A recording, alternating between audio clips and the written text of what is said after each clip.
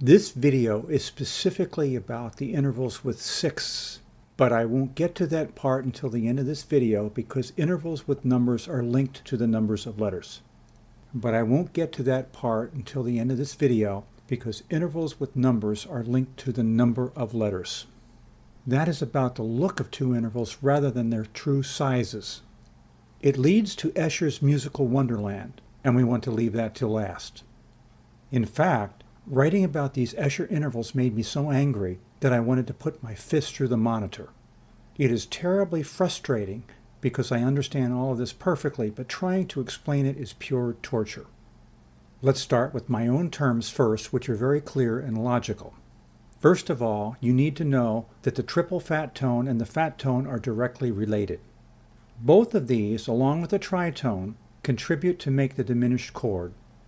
When the tritone is in a diminished chord, you may find it useful to call it double fat. In the future, I will probably refer to all three of these intervals as part of the fat family. Listen to the triple fat tone.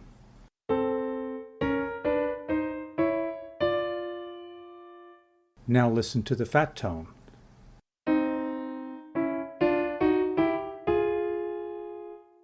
And finally, let's listen to the tritone, which I also call the double fat tone, to cover all of our fat family.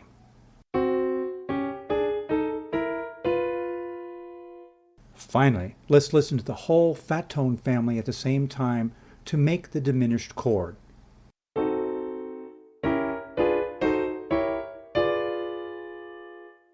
I would love to call a diminished chord the fat chord, but unfortunately I can't reinvent the whole world.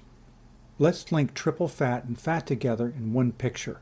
Then try to remember that when we try to invert a triple fat tone, which can also be called flipping the interval, we get the fat tone. So in many ways they are really the same thing. In the same way, you need to know that the quad and the bitone are directly related. Both of these contribute to make the augmented chord. Listen to the quad.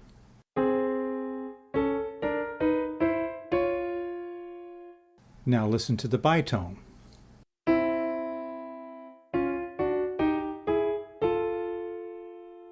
Finally, let's listen to how the quad and the bitone combine to make the augmented chord.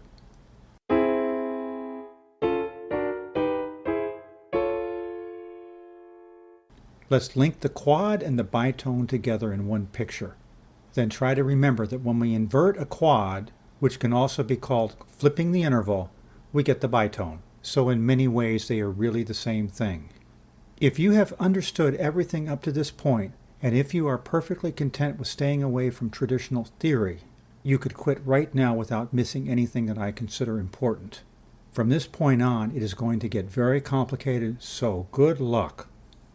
Now it's time for the rest of the story, which is about Escher's musical wonderland. This is where we get into numbers, and this is where our simple intervals start to look confusing on the page. When we use numbers, I'm going to call these letter intervals.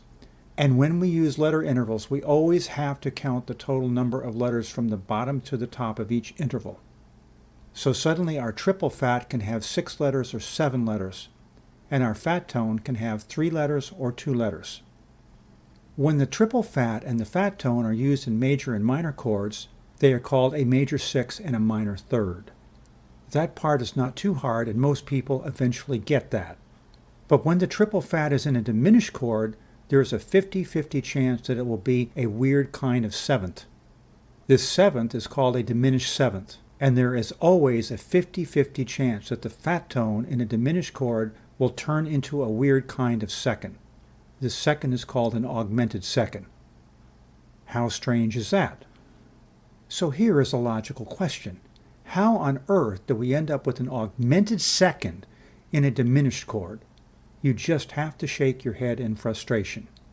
You could easily forget about these oddities for the rest of your life, if you wished, but they do exist, and if you took a formal theory exam, you would have to learn them. Let's stay a while longer in Escher's musical wonderland. Again, we have to deal with letter intervals. Our quad can have either 6 letters or 5 letters, and our bitone can have 3 letters or 4 letters. When the quad and the bitone are in major and minor chords, they are called a minor 6 and a major 3rd. Again, that part is not too hard and most people will eventually get it. But when the quad is in an augmented chord, there is a 50-50 chance that it will be a weird kind of fifth. That fifth is called an augmented fifth. And there is a 50-50 chance that the bitone in an augmented chord will turn into a fourth. That weird kind of fourth is called a diminished fourth. If this is all terribly confusing, join the club. Here is the same logical question as before. How on earth did we end up with a diminished fourth in an augmented chord? You just have to shake your head. I'm pointing this out to highlight the absurdity of this system, which I absolutely despise.